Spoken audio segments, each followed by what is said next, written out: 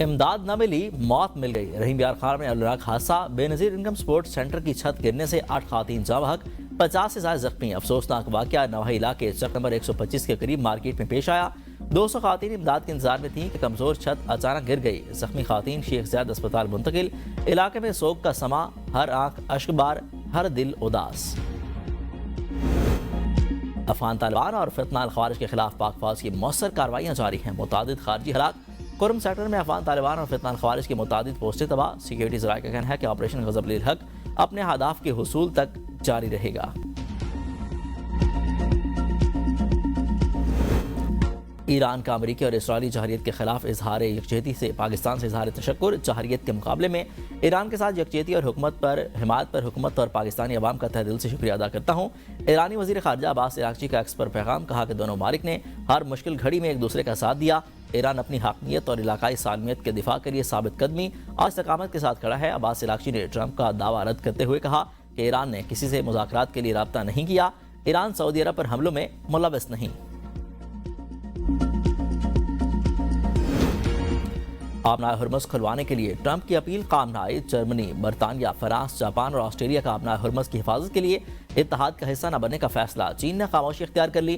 German وزیر خارجہ کا کہنا ہے کہ ہم جنگ رکانے کے لیے مذاکرات میں کردار ادا کرنا چاہتے ہیں، جنگ کا کسی صورت حصہ نہیں بنیں گے۔ برطانوی وزیر اعظم نے کہا کہ برطانیہ آبنائے ہرمز کی حفاظت کے لیے اتحاد کا حصہ بننے کے لیے بحری جہاز بھیجنے کے لیے تیار نہیں ہے۔ جاپان کا آبنائے ہرمز میں اپنے بحری جہاز بھجوانے سے انکار۔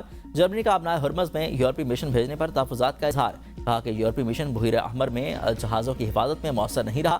آبنائے ہرمز میں یورپی مشن بھیجنے کا کوئی فائدہ نہیں ہوگا۔ فرانسیسی وزیر دفاع نے کہا کہ جب تک کشیدگی ہے فرانس جہاز نہیں بھیجے گا۔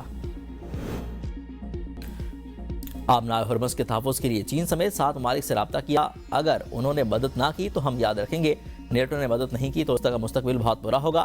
صدر ٹرمپ کی دھمکی، میڈیا سے گفتگو میں کہا کہ اگر چین نے مدد نہ کی تو چینی صدر سے ملاقات تاخیر کا شکار ہو سکتی ہے۔ اسرائیل آبنائے ہرمز کو محفوظ بنانے کے لیے امریکہ کے ساتھ کام کر رہا ہے۔ ایران بے چینی کے ساتھ معاہدہ کرنا چاہتا ہے۔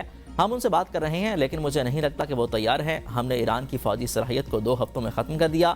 اگر ہم نے انہیں بھی ابھی بھی چھوڑ دیا تو انہیں تعمیر نو کے لیے 10 سال لگیں گے۔ ایران اب بھی مسائل پیدا کر سکتا ہے، جیسے پانی میں بمپ یا ڈرون حملے۔ امریکہ خارق جزیرے کو 5 منٹ میں نشانہ بنا سکتا ہے۔ ٹرمپ کے دورہ چین سے متعلق دونوں ممالک کے درمیان رابطے جاری ہیں۔ ترجمان چینی وزارت خارجہ کا کہنا ہے سفارتکاری امریکہ اور چین کے تعلقات کی رہنمائی میں اہم کردار ادا کرتی ہے۔ چین موجودہ صورتحال میں تمام فریقین کے ساتھ رابطے میں ہے۔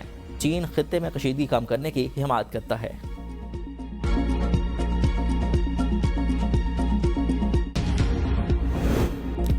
آبنائے ہرمز سے پاکستانی آئل ٹینکر کا کامیاب گزر، جنگی کشیدگی کے باوجود ایندھن کی سپلائی برقرار۔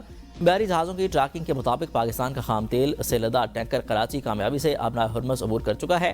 بلومبرگ کی رپورٹ کے مطابق جہاز کو آپریشن محافظ البحر کے تحت سیکیورٹی فراہم کی جا رہی ہے۔ مشرق وسطیٰ میں جنگی کشیدگی کے باعث آبنائے ہرمز سے بحری آمد و رفت تقریباً معطل ہے۔ پیٹرول اور ڈیزل کی عالمی قیمتوں میں بڑا اضافہ، پاکستان میں پیٹرولیم سپلائی متاثر، ذخائر چند ہفتوں تک محدود۔ 14 اپریل کے بعد ملک میں LNG دستیاب نہیں ہوگی۔ پاور سیکٹر کی گیس ضرورت پوری کرنا دشوار۔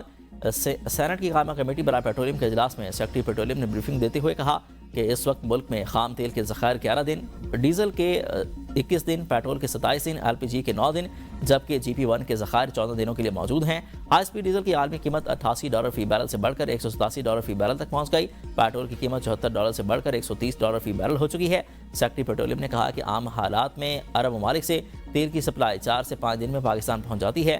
حکومت موجودہ ذخائر کے استعمال کو بڑھانے کی کوشش کر رہی ہے۔ اب یورو 5 معیار سے کم کوالٹی کے تیل کی درآمد کی اجازت دے دی گئی ہے۔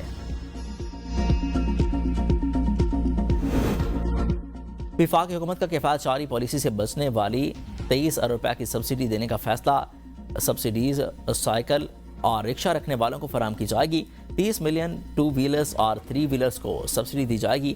حکام کے مطابق سبسڈی بے نظیر انکم سپورٹ پروگرام ڈیٹا کے مطابق مستحقین کو دی جائے گی۔ اوگرا پیٹرولیم ڈویژن نے سبسڈی کے حوالے سے ورکنگ شروع کر دی ہے۔ ایران کے ساتھ جاری کشیدگی اور جنگ کے باعث عالمی منڈی میں تیل کی قیمتوں میں مزید اضافہ ریکارڈ۔ امریکی خام تیل کی قیمت میں 2% اضافے کے بعد